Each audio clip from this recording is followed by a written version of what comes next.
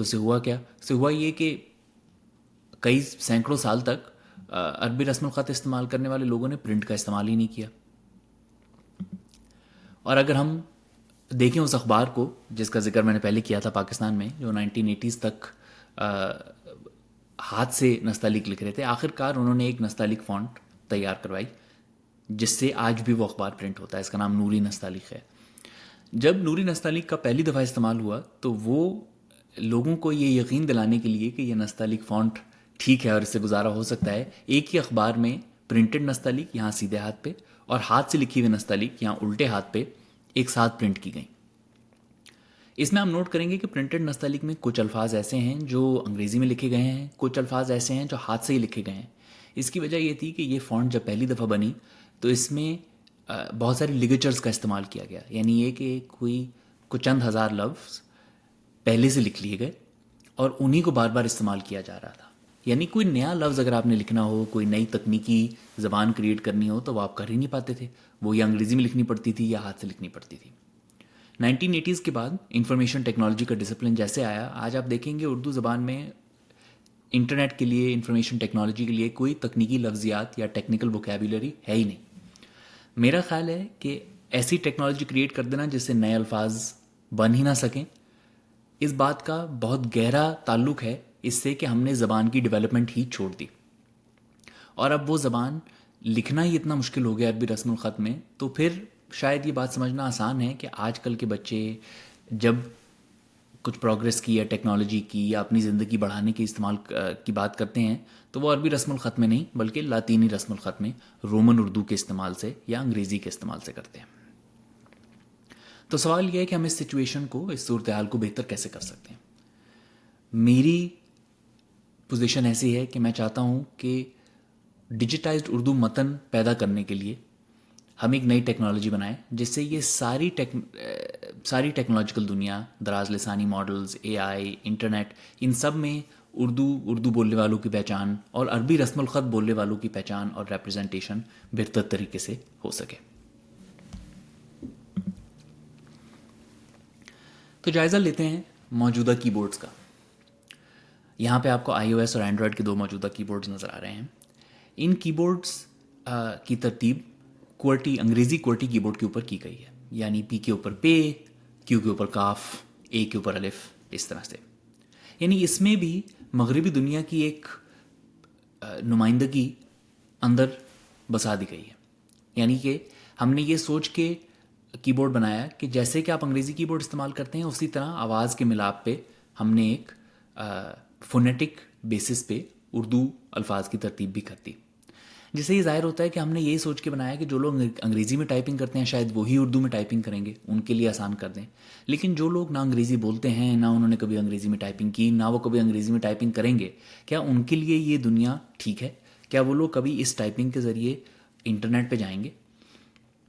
میرا اپنا خیال یہ ہے کہ شاید ہمیں ٹیکنالوجی کے اس حصے کو تھوڑا بہتر طریقے سے سوچنا چاہیے. تو یہ کرتے ہیں کہ عربی رسم الخط کے اندر موجود ڈیزائن کو دیکھتے ہیں اور دیکھتے ہیں کہ اس سے ہمیں کوئی نیا ڈیزائن ملتا ہے. کیونکہ اگر پرانی ٹیکنالوجی صرف مغربی دنیا میں ہی بسا کر بنائی گئی ہے تو پھر ہم یہ کرتے ہیں کہ عربی رسم الخط کے اندر سے کچھ نئے پہلو دیکھتے ہیں. عربی رسم الخط میں جیسا کہ آپ جانتے ہیں 3 تہیں ہیں. لفظ کی ہر حرف کی ایک بنیادی شکل ہوتی ہے، جیسے کہ یہاں ہے میں نظر آ رہی ہے، اس کو ہم رسم بولتے ہیں. پھر اس کے اوپر ہم کچھ نقطے لگا دیتے ہیں، نقطوں سے ہم اس ہے کو جیم بنا دیتے ہیں یا چے بنا دیتے ہیں یا خے بنا دیتے ہیں، اور پھر ان پہ ہم کچھ اعراب ڈالتے ہیں، یعنی زیر، زبر، پیش. اس سے ہمیں معلوم ہوتا ہے کہ واول کی آواز کیا نکالنی ہے. تو ہم یہ کر سکتے ہیں کہ ہم ان حروف کو بجائے علیحدہ علیحدہ دکھانے کے ان کی بنیادی شکل کی بنا پر جوڑ دیں. جیسے کہ جیم، چے، ہے اور خے کا 4 مختلف بٹن بجانے کے بجائے ایک بٹن بنا دیں. اس سے کی بورڈ میں کلیدوں کی ضرورت کم ہو جاتی ہے، یعنی کم کلیدوں کی ضرورت ہے، اور یہ کہ ہم اس کو سمجھ بھی آسانی سکتے ہیں اور غلطیاں بھی کم کر سکتے ہیں. تو دیکھتے ہیں اس کا استعمال کیسے ہوتا ہے. یہاں آپ نے ترتیب دیکھی، الف سے یہ تک ہم نے اردو حروف کی ترتیب کر دی، اور آپ کو ہر حرف الگ چننے کی ضرورت ہی نہیں ہے. آپ صرف حرف کی بنیادی شکل دبائیے اور نقطے خود ہی ڈل جائیں گے. یہ ٹیکنالوجی ٹچ اسکرین اور بہتر پروسیسرز اور انڈر لائنگ یعنی اس کے نیچے موجود اے آئی کے ذریعے بہتر ہوئی ہے. تو یہ ایسی چیز ہے جو ہم آج بنا سکتے ہیں جو ہم شاید کئی دہائیوں پہلے بنا ہی نہیں سکتے تھے. تو آئیے موازنہ کرتے ہیں اس بہتر کی بورڈ کا حروف کی بنیادی شکلوں کی بنا پر جو کریٹ کیا گیا ہے اور عام الفابیٹیکل کی بورڈ کا. اور آپ دیکھیں گے کہ جہاں کہیں 40 کلیدیں ہوا کرتی تھیں اب صرف 21 کلیدیں ہیں. یہ بڑی ہیں یعنی ان کو آپ آسانی سے دبا سکتے ہیں اپنے فون پہ اور ان کو سمجھنا بھی آسان ہے. یعنی کوئی ایسے افراد جنہوں نے پہلے کبھی ٹائپنگ کی ہی نہ ہو, جو اردو کی بورڈ کی شکل سے تھوڑا کتراتے ہیں اور ان کو لگتا ہے کہ شاید ہم یہ کر ہی نہ پائیں, جیسا کہ ایسے درجنوں لوگوں سے ہم نے بات کی بورڈ ڈیزائن کرنے سے پہلے, وہ یہ کی بورڈ دیکھ کے سمجھتے ہیں کہ شاید یہ تو میں بھی کر سکتا ہوں یا کر سکتی ہوں, یہ میرے لیے کرنا کچھ آسان ہے. ہم اردو لکھنے کی صلاحیت رکھتے ہیں.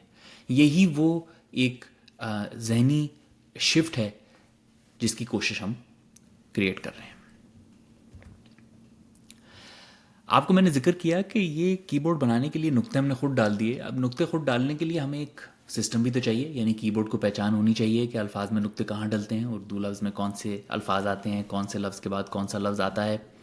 یہ سمجھنے کے لیے ہمیں پہلے موجودہ متن کو سمجھنا چاہیے.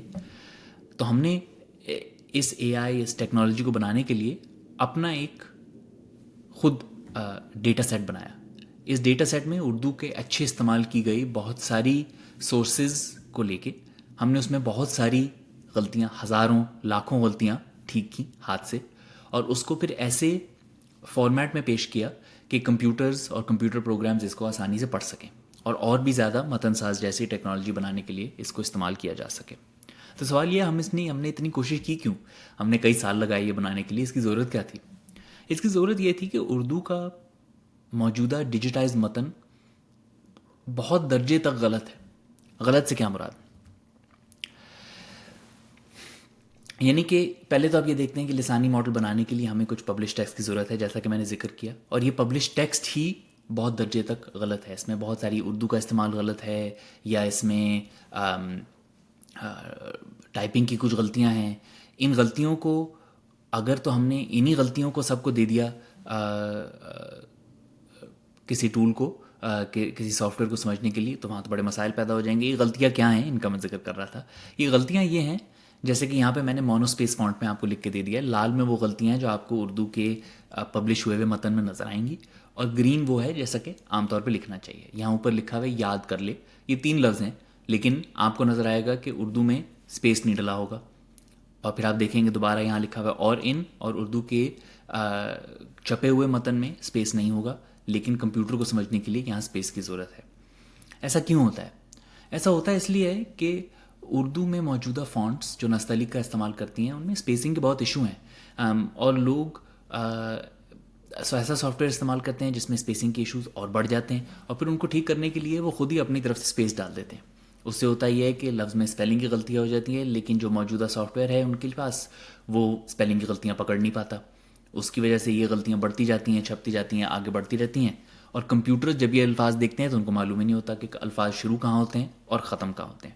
اس لیے ہم اردو کا بہت سارا متن ابھی بھی کسی اے آئی ماڈل یا کسی لسانی ماڈل کو دے ہی نہیں سکتے, کیونکہ وہ غلط اردو سیکھ جائے گا. میں نے آپ کو ذکر کیا نستعلیق فونٹس کی اسپیسنگ کا. ان میں سب مسئلے بہت پیچیدہ ہیں, لیکن میں آپ کو ایک بہت سرفیس لیول جائزہ دے سکتا ہوں. یہاں الٹے ہاتھ سے لکھی ہوئی نستعلیق ہے جس میں آپ کو بہت باریکیاں نظر آ رہی ہیں, اور سیدھے ہاتھ پہ وہی متن وہی عبارت چھپی ہوئی یعنی ڈیجیٹائز نستعلیق سے کریٹ کی گئی ہے. اور آپ کو نظر آ رہا ہوگا کہ ان میں بہت فرق ہیں, جن میں سے ایک فرق اسپیسنگ کا ہے, اور یہی اس طرح کے وہ فرق ہیں جس کی وجہ سے لوگ اپنی مرضی سے اسپیس ڈال دیا کرتے ہیں. افسوس یہ ہے کہ یہ پرابلمز اس لیے ایگزسٹ کرتی ہیں کیونکہ ہمارے جو سارے فونٹ کے اسٹینڈرڈز ہیں, اوپن ٹائپ فونٹس, اور نہ صرف فونٹس بلکہ ٹیکنالوجی کے اور حصوں میں بہت سارے اسٹینڈرڈز ہیں, یہ ان کو میں کہتا ہوں ویسٹرن نارمیٹیو, یعنی کہ مغربی دنیا کا سوچ کے بنائے گئے ہیں. جس سے ہوتا یہ ہے کہ جب ہم ان سٹینڈرڈز کو عربی رسم الخط پیش کرنے کے لیے یا ساؤتھ ایشیا یا افریقہ یا مڈل ایسٹ کے خطوں کے لیے استعمال کرتے ہیں تو ہمیں نظر آتا ہے کہ یہاں یہ سٹینڈرڈز میں وہ صلاحیت ہی نہیں ہے کہ وہ ان ثقافتوں کو اچھی طرح کی نمائندگی اچھی طرح کر سکیں. اس سے ہوتا یہ ہے کہ ہم اپنی ثقافت کو کھو دیتے ہیں یا ٹیکنالوجی کو کھو دیتے ہیں. دونوں میں سے ایک ہی چیز ہو سکتی ہے. اور آج کل پاکستان میں ایسا ہو رہا ہے کہ لوگ اپنی ثقافت زیادہ کھو رہے ہیں تاکہ ان کو ٹیکنالوجی کا ایکسیس مل جائے. اس دنیا میں اگر آپ دیکھیں اور رائٹنگ سافٹ ویئر، یہاں تو میں صرف کی بورڈز کی بات کر رہا ہوں، بلکہ آپ دیکھیں ورڈ پروسیسنگ سافٹ ویئر کہیں تک چلے جائیں تو اس میں اور بھی بہت سارے گہرے مسائل ہیں. ان مسائل جیسے کہ نیا سافٹ ویئر جو انگریزی دنیا میں استعمال ہو رہا ہے اس میں اردو اچھی طرح پیش نہیں آتی، یا اردو لکھی نہیں جاتی، یا آپ اس میں ٹائپنگ نہیں کر سکتے، یا اس میں آپ غلطیاں نہیں پکڑ سکتے، یا اس کی فونٹ اچھی نہیں ہوتی. جو پرانا سافٹ ویئر ہے جس میں کچھ ہی مسئلے ٹھیک ہیں وہ 1990s کے بنے ہوئے ہیں، مہنگے ہیں، آج کل کے لوگ ان کو افورڈ نہیں کر پاتے، اور کیونکہ مہنگے ہیں اس لیے لوگ ان کو پائریٹ کر لیتے ہیں تو مختلف ورژنز ہیں ان کے پاس جو آپس میں بات نہیں کر سکتے.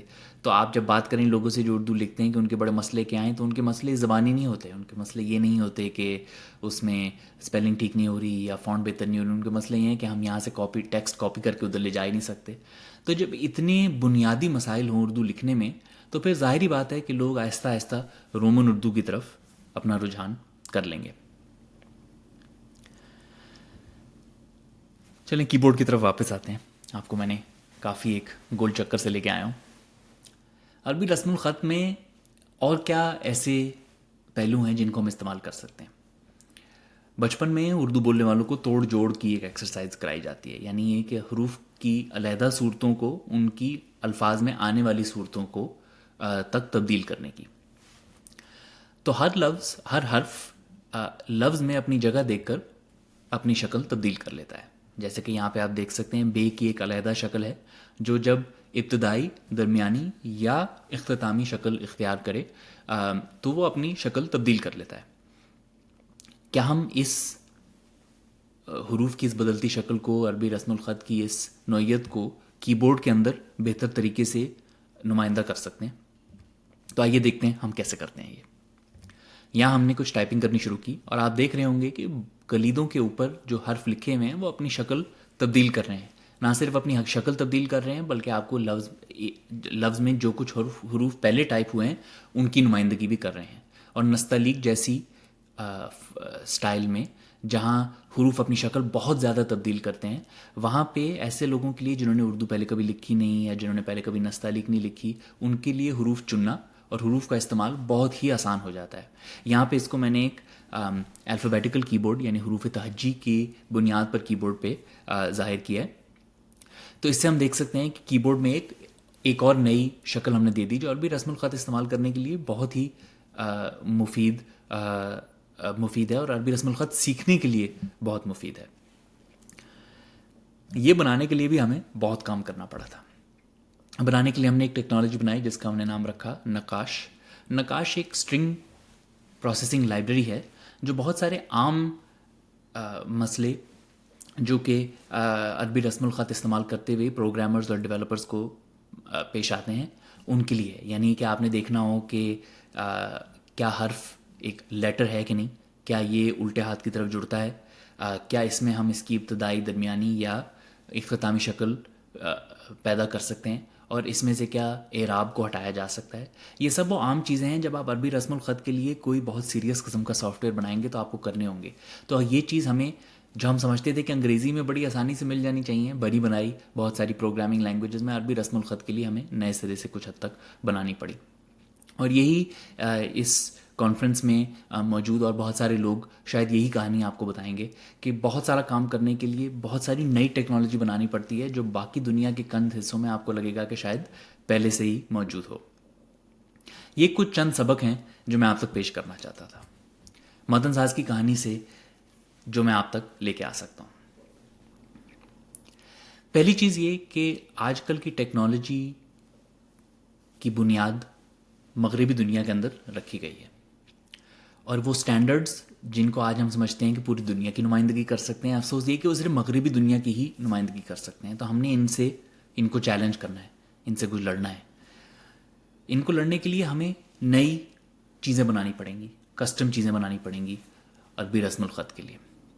یہ سب ہم اکیلے تو نہیں کر سکتے. تو یہ ٹاک سننے والی سب آڈینس اور اس کانفرنس میں اور موجود لوگ, ان کے لیے ضروری ہے کہ ہم اپنی یہ جو ٹیکنالوجی ہے جیسے کہ ہم نے بنائی, اس کو ایک دوسرے کے ساتھ ان وسائل کو شیئر کریں, اور اس کے ذریعے ہم آسانی سے بہتر ٹیکنالوجی بنا سکتے ہیں. ہمیں کچھ عقل مندی استعمال کرنی پڑے گی اور یہ سوچنا پڑے گا کہ اس خطے میں جو لوگ عربی رسم الخط استعمال کرتے ہیں, بہت سارے ایسے لوگ ہیں, لاکھوں کروڑوں ایسے لوگ ہیں جنہوں نے پہلے کبھی نہ ٹیکنالوجی استعمال کی, نہ کبھی وہ انٹرنیٹ پہ آئے. تو ہم ان لوگوں کے ساتھ بہت ہمدردی کر کے ایک نئی طرح کی ٹیکنالوجی کریٹ کر سکتے ہیں. ان لوگوں کے ساتھ کبھی ٹیکنالوجی کی دنیا میں ہمدردی ہوئی ہی نہیں صحیح طرح سے, جس کو آج ہم ہیومن سینٹرڈ ڈیزائن کہتے ہیں. ان ہیومنز میں شاید عربی رسم الخط استعمال کرنے والے لوگ بہت آسانی سے یا بہت زیادہ نمائندہ نہیں ہوئے. ہم نے ان لوگوں کی نمائندگی کرنی ہے, کیونکہ یہ سب ایسے ہیں جنہوں نے پہلے کبھی ٹیکنالوجی استعمال نہیں کی, اس لیے وہ بہت سارے فیصلے جو ہم ٹیکنالوجی کی دنیا میں پہلے کر چکے ہیں, عربی رسم الخط بولنے والے بہت سارے لوگوں کو ان سے کوئی واسطہ نہیں, ان سے کوئی لگاؤ نہیں. تو ہم ان سارے فیصلوں کو پلٹ سکتے ہیں. ہم نئے سرے سے ٹیکنالوجی کی ایک نئی دنیا سوچ سکتے ہیں. متن ساز ٹیکنالوجی کی اس نئی دنیا کی ایک چھوٹی سی کاوش ہے. ہم نے اردو زبان سے اس کو شروع کیا ہے, اور امید ہے کہ اسی طرح کی ٹیکنالوجی ہم عربی رسم الخط پر استعمال کرنے والی اور زبانوں کے لیے بھی بنا سکتے ہیں. ہمیں بہت خوشی ہوگی اگر آپ متن ساز کے ڈیزائن کو استعمال کریں اور ہمیں اس کے بارے میں فیڈ بیک بھیجیں. متن ساز کے بارے میں اور جاننے کے لیے آپ ہمیں ہماری ویب سائٹ, ہمارے انسٹاگرام پہ ہمیں دیکھ سکتے ہیں. میں آپ کے پیغامات کا بہت منتظر ہوں, اور میں بہت شکر گزار ہوں کہ آپ نے یہ ٹاک دیکھی. آپ کا بہت شکریہ.